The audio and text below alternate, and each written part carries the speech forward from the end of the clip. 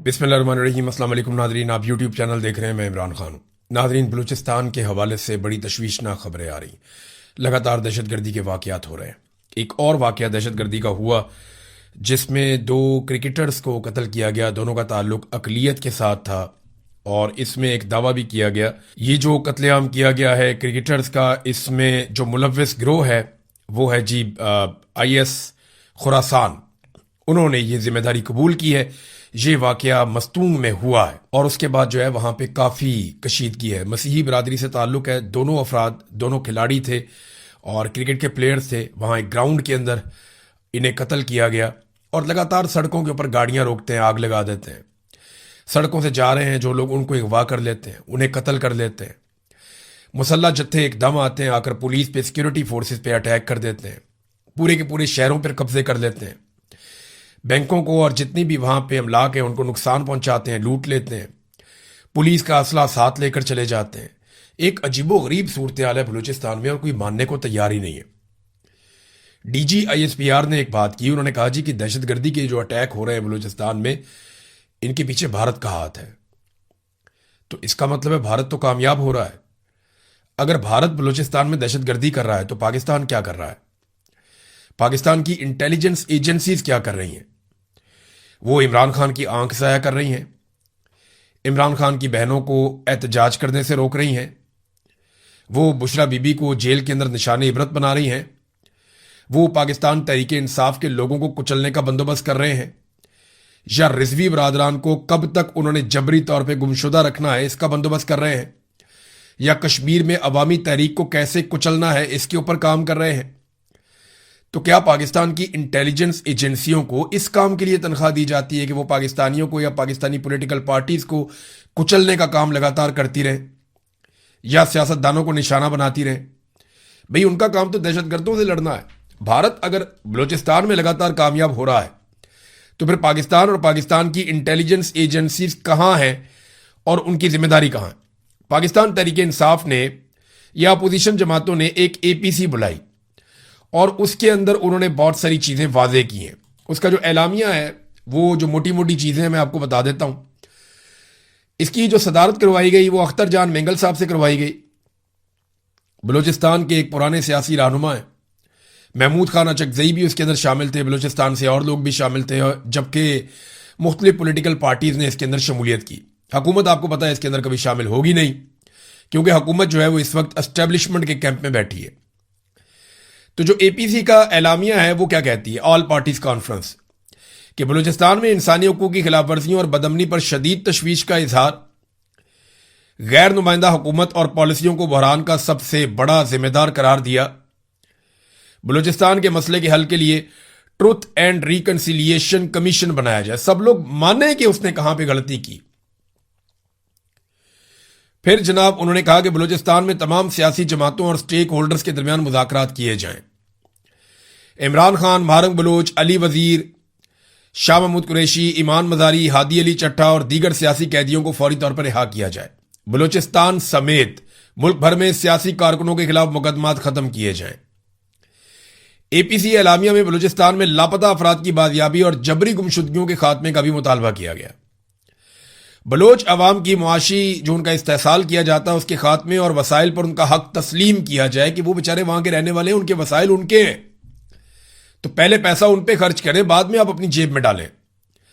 फिर दहशतगर्दी के तमाम वाकयात की गैर जानिबदार कौमी कमीशन से तहकीकात कराई जाए। बलूचिस्तान में वफाकी और सूबाई सतह पर वसी सियासी डायलॉग भी शुरू करवाए जाएं।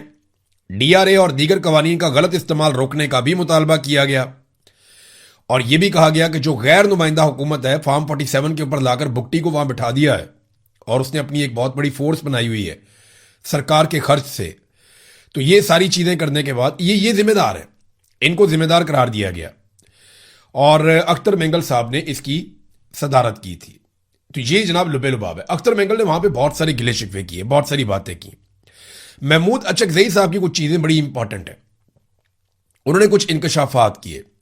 ये बात मैं आपको पहले बता चुका हूं, लेकिन उन्होंने तो बाकायदा घंटे भी बता दिए कि किस तरीके से बलूचिस्तान में पुलिस वाले लड़ते रहे और शहीद होते रहे और वो मदद मांगते रहे, लेकिन उनको मदद दी नहीं गई।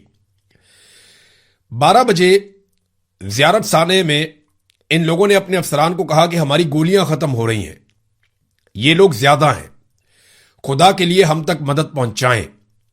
सुबह 5 बजे तक वो मेहनत करते रहे, वो लड़ते रहे। 5 बजे के बाद उन्होंने अपने अजीजों को टेलीफोन किया कि हम बिल्कुल बेबस हो गए हैं, मेहरबानी करें, अगर वो नहीं आते, यानी सिक्योरिटी फोर्सेस वाले नहीं आते, तो आप मेहरबानी करें और कुछ इमदादी सामान हमें पहुंचाएं, कोई असला वगैरह आप लेकर आए। DGISPR ने यह बात तस्लीम की है कि पुलिस के साथ अवाम मिलकर लड़ी है, लेकिन सिक्योरिटी फोर्सेस वहां पे नहीं पहुंची। बार बार बुलाया गया, फिर भी नहीं पहुंची। और यही बात इस वक्त जो है अपोजिशन लीडर कौमी असम्बली में महमूद खान अचकजई भी वही बात कर रहे हैं। वजीर आला साहब कोई शरीफ आदमी होता तो वह इस्तीफा दे देता या किसी को नौकरी से निकाल देता। तो बस इंसान है, मरते रहते हैं और आप बस पाकिस्तान जिंदाबाद कहते रहेंगे। पाकिस्तान इस तरह जिंदाबाद नहीं होगा, पाकिस्तान बहुत बड़ी बर्बादी की तरफ चला जाएगा। हम अपनी अफवाज और अपनी एजेंसियों से दरखास्त करते हैं कि जो आइन का हलफ आपने उठाया है उसका आप ख्याल रखें, जो हमने उठाया है उसका हम ख्याल रखेंगे। सिपाही से लेकर जर्नैल तक उनका यह हलफनामा है कि हम सियासत में हिस्सा नहीं लेंगे, अपने हलफ का ख्याल रखें, पाकिस्तान बच जाएगा। फिर इसी तरह असद कैसर साहब जो साबिक स्पीकर कौमी असम्बली थे, उन्होंने बताया कि हमने अख्तर जान के हवाले लगभग 400 ऐसे लोग किए थे जो जबरी तौर पर गुमशुदा थे। यानी जब इमरान खान साहब का दौरे हुकूमत आया तो उन्होंने आते ही बलूचिस्तान के मामलात को हल करने के लिए तेजी से इकदाम किए। 400 लापता अफराद को बाजियाब करवाया गया और अख्तर जान मेंगल साहब के हवाले किया गया। लेकिन उसके बाद इमरान खान साहब के खिलाफ साजिशें शुरू हो गई, फिर रजीम चेंज ऑपरेशन कर दिया गया और उसका नतीजा आज आप सबके सामने है कि वो बलूचिस्तान जिसको सही डगर पे लाया जा रहा था, आज उसके हालात आपके सामने है। अचकजई ने कहा कि आपने मारना है तो कितनों को आप मारेंगे, फिरौन से ज्यादा तो आप नहीं मार सकते। ये मुल्क हमारा है, आए अहद करें, हर इदारा अपने अहद के मुताबिक रहे। देखिए पाकिस्तान का हल भी यही है। फजलुर रहमान साहब बार बार ये बात कहते रहे। देखिए सबने बताया कि बलूचिस्तान में अमली तौर पे आपका इक्तदार या आपका कंट्रोल खत्म हो चुका है। कोयटा में एक आदमी को बिठा देने का मतलब ये नहीं है कि आप बलूचिस्तान पे हुकूमत कर रहे हैं, आप सिर्फ बलूचिस्तान के वसाइल पे हुकूमत कर रहे हैं। आप वहां से सिर्फ मादनियात निकाल रहे हैं और दिन के वक्त आप भारी सिक्योरिटी के अंदर ट्रैवल करते हैं। आपके मफादात बलूचिस्तान में, आपकी स्मगलिंग बलूचिस्तान से होती है, आपका मंशियात का कारोबार बलूचिस्तान में होता है। तो बलूचिस्तान से अंडे बच्चे तो आपको मिल रहे हैं, पैसा तो आपको बहुत मिल रहा है, लेकिन बलूचिस्तान आपके कंट्रोल में नहीं है। जब दिल करता है, जहां पर दिल करता है, दहशतगर्द आते हैं, आकर अटैक करते हैं और बेबसी होती है एजेंसियों की। अब यह दावा किया गया कि जो पुलिस एहलकार जिनकी लाशें भी वापस की गई हैं वो दहशतगर्दों ने अपनी शराइत पर वापस की हैं। यानी 18 एहलकारों को वो उठाकर ले गए, 9 को वो पहले शहीद कर गए, 42 टोटल उन्होंने शहीद कर दिए 72 घंटों के अंदर। और वो जो लाशें उन्होंने वापस की हैं वो भी उन्होंने शराइत रख के वापस की हैं कि ये शराइत हमारी मानो, हम आपको लाशें देते हैं, वरना लाशें भी नहीं देते। और अब लाशों पर यह सूरत हाल है कि बलूचिस्तान में शदीद गमो गुस्सा है। गमो गुस्सा किस पे है? पाकिस्तान की मिलिट्री एस्टेब्लिशमेंट पे और उनकी बनाई हुई सूबाई हुकूमत पे। और गुस्सा किन्हें है? जिनके लोग शहीद हो गए। मैं पुलिस वालों के लवाहिकीन की बात कर रहा हूं। वहां अस्पताल के अंदर फड्डा हो गया। देखे ना, इनकी कोशिश ये होती है कि यहां पे जितने शहीद हैं इनकी बॉडियां हम ले जाएं, ले जाके एक महफूज जगह पे रखें, फिर हम जनाब इस्लामाबाद से बुलाएं वजीर दाखिला को, वजीर आजम को, फील्ड मार्शल को, और वहां पे हम नमाज जनाजा करवाएं, सारी दुनिया को बताएं देखिए हम कितनी कुर्बानियां दे रहे हैं, और वहां पे खड़े हो नमाज जनाजा पढ़ाएं। और वो उस तरीके से देखते हैं चीजों को। लेकिन आम आदमी बहुत गुस्से में है कि यार तुम हमारे जनाजे पढ़ने आ जाते हो, हमारी मदद करने नहीं आते। जिस वक्त हम पे गोलियां चल रही थी, हम बार बार कह रहे थे, सोशल मीडिया पे कह रहे थे, इंतजामिया से राब्ता कर रहे थे, सिक्योरिटी फोर्सेज क्यों नहीं आई उस वक्त लड़ने के लिए? उनके पास जदीद असला था, वो आके तालिबान के ऊपर या जो भी वो ग्रुप था उसके ऊपर आके अटैक कर सकते थे, या जो जत्था आया हुआ था उसके ऊपर हमला कर सकते थे, लेकिन नहीं किया गया। वो वक्त जाया किया गया। ना सिर्फ पुलिस वालों को मरने के लिए छोड़ दिया गया, बल्कि बाद में जो यरगमाल बनाकर गए उनको उन्होंने शहीद कर दिया। और DGISPR कहते हैं जी हमने कामयाब ऑपरेशन किया। कामयाब ऑपरेशन का मतलब यह होता है कि आप अपने लोगों को छुड़ा कर ले आए। लेकिन आप जब छुड़ा कर नहीं लाए तो इसका क्या मतलब है? कि आपका ऑपरेशन कामयाब नहीं हुआ, बल्कि आपका ऑपरेशन नाकाम हो गया बदकिस्मती से। नाज़रीन, बलूचिस्तान के मामले पे मैं फिर वही बात कहूंगा कि जब तक पाकिस्तान की मिलिट्री एस्टेब्लिशमेंट डंडे से बलूचिस्तान को कंट्रोल करने की कोशिश करती रहेगी, यही सूरत हाल रहेगी। ये बहुत बड़ा सूबा है, यहां बहुत सारे वसाइल हैं, या तो आप सारे लोगों को मार तो नहीं सकते ना, आप सारे लोगों को कंट्रोल कर सकते हैं। यही पॉलिसी बलूचिस्तान में है, यही पॉलिसी कश्मीर के अंदर है। इस पॉलिसी को बदलें, अवाम के मुंतखब नुमाइंदों को आने दें। यानी जो अवाम जिन्हें मुंतखब कर दे उन्हें यह हक दे दिया जाए कि आप फैसले करें, हम आपके मुलाजिम हैं, आप हमें तनख्वाह देते हैं, आप जो हुक्म करेंगे उसके मुताबिक हम काम करेंगे। कोर कमांडर भी वैसे ही काम करे, सेक्टर कमांडर भी वैसे ही काम करे, रेंजर्स भी वैसे ही काम करे। एफसी बॉर्डर पे काम कर रही है, ठीक है, वो अपना काम करे, वो वफाकी वजीर दिफा जो है उसके अंडर में। तो जब इदारे अपनी डोमेन में चले जाएंगे, अपनी हुदूद के अंदर चले जाएंगे, तो आप देखिएगा चीजें ठीक होना शुरू हो जाएंगी। लेकिन बदकिस्मती से जब आप डंडे के साथ चीजें ठीक करते हैं, बंदूक के साथ चीजें ठीक करते हैं, तो सारी चीजें ठीक नहीं होती, बहुत सारे प्रॉब्लम्स आते हैं।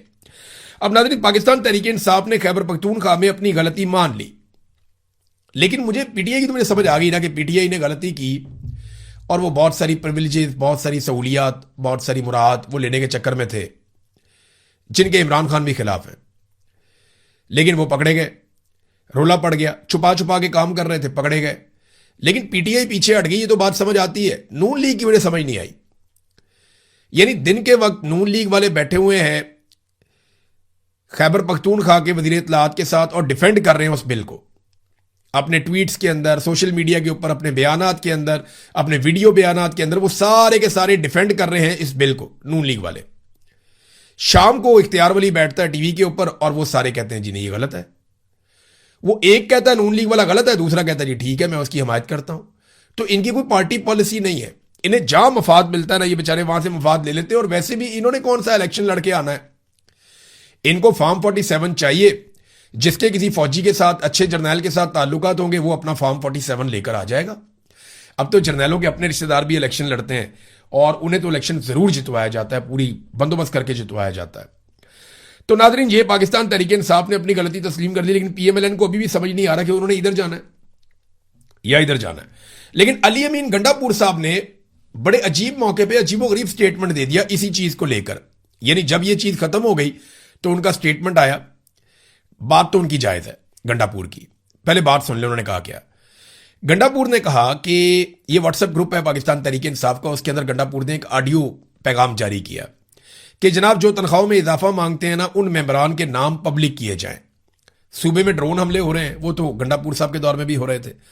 सूबे में सूबाई हुकूमत के फंड से ऑपरेशन हो रहे हैं और मजीद भी होंगे। ये गंडापुर साहब के दौर में हो रहे थे, लेकिन क्योंकि वादा किया था सुहेल अफरीदी ने कि उनके दौर में ना तो ऑपरेशन होंगे और ना ड्रोन हमले होंगे, लेकिन सुहेल अफरीदी अपना वादा पूरा नहीं कर सके और वो कंप्रोमाइज हो गए ऑपरेशंस को और ड्रोन हमलों को लेकर। तो मेंबरान असेंबली और वुज़रा खराब क्वालिटी की वजह से काम रुकवा रहे हैं और भर्ती होती है, तबादला होता है। इसी महकमे के लोग सबूत के साथ प्रेस कॉन्फ्रेंस कर देते हैं। बैड गवर्नेंस की लान तान भी हमारे ऊपर आ रही है। अब जिस जिसको चाहिए ज्यादा तनख्वाहें जरा वो बता देना, उनके नाम सामने लाए जे। ये इस किस्म का उन्होंने मुतालबा किया कि बताएं कौन कौन चाहता है कि वो तनख्वाहों में उसको इजाफा मिले। अपने पार्टी और लीडर के नजरिए की बलि नहीं चढ़ा सकता।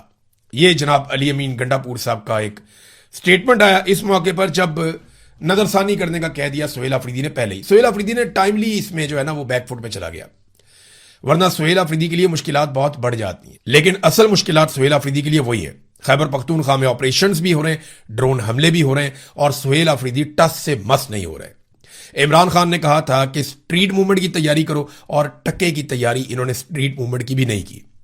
तो इमरान खान के जो 3-4 अहकामात अभी तक सुहेल अफरीदी तक आए थे, जो बड़ी वजाहत के साथ आए थे, उनमें से एक के ऊपर भी सुहेल अफरीदी अमल दरामद नहीं कर सके। और जब बाहर निकलने का वक्त आया, जब डट के खड़े होने का वक्त आया, तो सुहेल अफरीदी साहब 4 दीवारी में अपने आप को बंद करके इनडोर एहतजाज शुरू कर गए। ये कितनी अफसोसनाक बात है कि पाकिस्तान तहरीक इंसाफ का वर्कर सड़कों पे खड़ा होकर आवाजें दे रहा था और सुहेल अफरीदी एक 4 दीवारी के अंदर बंद था और वो मोहसिन नकवी के फोन का इंतजार कर रहा था कि कुछ ना कुछ करके मोहसिन नकवी मुलाकात करवा देगा। वो अब तक नहीं हुई।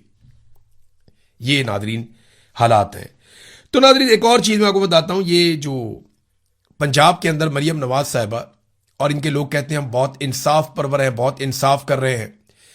एक ऑस्ट्रेलिया की बच्ची थी हानिया, ऑस्ट्रेलिया से आई हुई थी। जब वो शहीद हो जाती है सीसीडी की गोलियां चलने से, 9 साल की बच्ची, तो फिर चट्ठा साहब भी वहां पहुंचते हैं, डीआईजी भी पहुंचता है, बाकी सारे भी पहुंचते हैं। पंजाब की सारी पुलिस लाइन हाजिर होती है, वहां पे जाके फूल रख के आती है। लेकिन इसके बावजूद उन लोगों के साथ कितना जुल्म किया जा रहा है, जरा ये आप पढ़ें, आप हैरान हो जाएंगे। ये बच्ची के वालिद ने अब दरखास्त दी है, पुलिस के खिलाफ दरखास्त दी है। यानी हमें तो ये बताया जा रहा था कि सीसीडी से गलती हो गई, बहुत बड़ा जुर्म हो गया, हमने बंदा पकड़ लिया, हम इंसाफ करके देंगे, लेकिन अंदर खाते ये क्या कर रहे हैं जरा ये देखें। वो बंदा ये बताता है कि जनाब मैं ऑस्ट्रेलिया का शहरी हूं, मैं, मेरी बेटी और मेरा बच्चा, हम लोग वहां पे मौजूद थे। तो उस वक्त जब हम जख्मी हो गए तो हमें पहुंचाया गया डीएचक्यू अस्पताल में। तो वहां पे अतीक नामी सिपाही आया और उसने इंतहाई बदतमीजी की। जब मकामी पुलिस थाना सिटी एसआई एहसन अब्दुल्ला वो भी वहां पहुंच गया, अतीक और एहसन अब्दुल्ला ने मेरे से सारा वाकया सुना। मैंने उसे बताया कि किस तरीके से हमारे ऊपर गोली चलाई और पुलिस वाले ने चलाई, जिसके बाद वो दोनों मेरे पे दबाव डालना शुरू हो गए कि सादे कागज के ऊपर दस्तखत करके मैं अंगूठा लगा दूं तो तब जो है वो डॉक्टर के पास जाने की इजाजत दी जाएगी। उन्हें गोलियां लगी, वो जख्मी है, उन्हें कह रहे हैं जी सादा कागज के ऊपर अंगूठा लगाओ और दस्तखत करो तो हम तुम्हें डॉक्टर के पास जाने देंगे। ये एक एसआई यानी सब इंस्पेक्टर और एक पुलिस वाला कर रहे थे। तो साहिल और साहिल का बेटा जिंदगी और मौत की कश्मकश में थे। कहते मैं और मेरा बेटा बहुत ज्यादा जिंदगी और मौत की कश्मकश में थे। मेरी बेटी जो है हानिया अहमद इंतकाल कर चुकी थी और मेरी बीवी जो है शदीद सदमे की वजह से बहुत परेशानी की हालत में थी। सादे कागज पर अंगूठा लगवाने के बाद हमारा तिब्बी मुआयना करवाया गया और बाद में डॉक्टर ने हमें बेनजीर भुट्टो अस्पताल रावलपिंडी में मुंतकिल कर दिया कि इनकी हालत सीरियस है। उनकी हालत सीरियस है, पुलिस कह रही जी इधर अंगूठा लगाओ, इधर दस्तखत करो, वरना हम आपको आपका इलाज भी नहीं करवाने देंगे। ऐसी घटिया पुलिस बना दी गई है पंजाब में, सीसीडी। क्योंकि ये इसके बाद वो बताते हैं जनाब फिर दूसरे दिन हम अपनी बेटी के जनाजे में गए और जनाजे के बाद तफ्तीशी अफसर मोहम्मद इरफान, ये भी एक सब इंस्पेक्टर है सीसीडी का, कहते जी उससे मुलाकात हुई। इस दौरान मुझे कहते पता चल गया था कि मोहम्मद शुजात कांस्टेबल ने सीधी फायरिंग की है और उसकी वजह से यह वाकया पेश आया और इसके ऊपर एक एफआईआर भी दर्ज कर दी गई है। अब वो ये कहते हैं कि एफआईआर के अंदर 302 की बजाय 322 दर्ज की गई और यह साबित करने की कोशिश की गई कि यह गलती से कत्ल हो गया। यह जनाब सीधी गोली जानबूझकर नहीं चलाई गई। पूरी दुनिया में कहीं पुलिस वाला ऐसी हरकत करना सारी जिंदगी के लिए नौकरी भी गई और जेल में सड़ेगा, लेकिन पाकिस्तान में वो कहते जी गलती हो गई। वो कहते जी गलती नहीं हुई, उन्होंने जानबूझकर एफआईआर के अंदर यह लिखा कि हमारी गाड़ी के पीछे से छुपकर मुल्जिमान फायरिंग कर रहे थे पुलिस वालों पे, जबकि यह बात बिल्कुल झूठ है। उन दोनों मुल्जिमान ने या दोनों जो डाकू थे उन्होंने कोई फायर नहीं